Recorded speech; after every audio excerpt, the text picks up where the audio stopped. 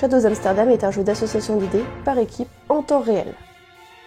Les joueurs se séparent en deux équipes, les noirs et les oranges. Pour chaque équipe, l'un des joueurs incarne l'agent de liaison. Les deux agents de liaison se placent côte à côte au bout de la table. Les membres de chaque équipe se mettent du côté de la table où se trouve leur agent. Les cartes indices sont mélangées et placées sur la table. Les 10 premières sont placées entre les agents de liaison. La tuile de départ est assemblée. 2 hexagones doivent être dirigés vers les agents de liaison. 6 quartiers sont placés autour de la tuile de départ. Les 3 hexagones vides et la zone centrale sont remplis par 4 cartes indices de la pioche. Chaque équipe prend les 3 jetons preuves de sa couleur et une piste police. Les jetons police sont posés près du plateau. Les figurines sont placées sur la case centrale du plateau. Les agents de liaison prennent un paravent et une carte plan. Les 2 joueurs doivent avoir le même numéro et l'orienter de la même manière. Les plans 1 à 6 comportent moins de policiers et sont donc plus simples pour une première partie.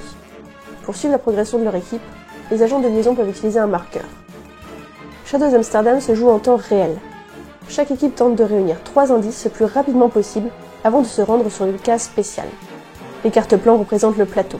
Elles comportent plusieurs zones. Les zones noires ou oranges sont des preuves.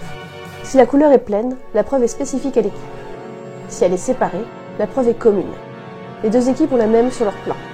Lorsqu'une équipe s'arrête sur une case où se trouve une preuve, elle place immédiatement un jeton preuve de sa couleur. Si la preuve était commune, elle n'est plus accessible à l'équipe adverse. Les croix rouges indiquent des lieux où se trouve la police.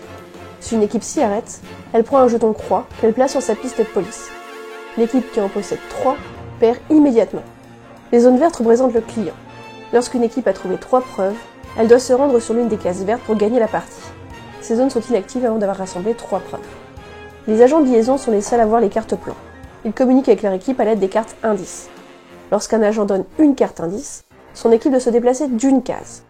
Lorsqu'il donne 2 cartes indices, son équipe doit se déplacer exactement de 2 cases. Les cartes doivent concerner la seconde case uniquement. La première n'a pas d'importance et ne déclenche rien.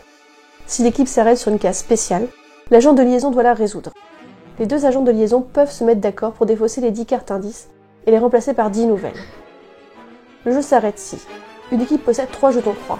L'équipe adverse est déclarée vainqueur. Une équipe a trouvé 3 indices et s'est rendue sur une zone verte. Elle gagne la manche. Lorsqu'une équipe gagne 2 manches, elle remporte la partie.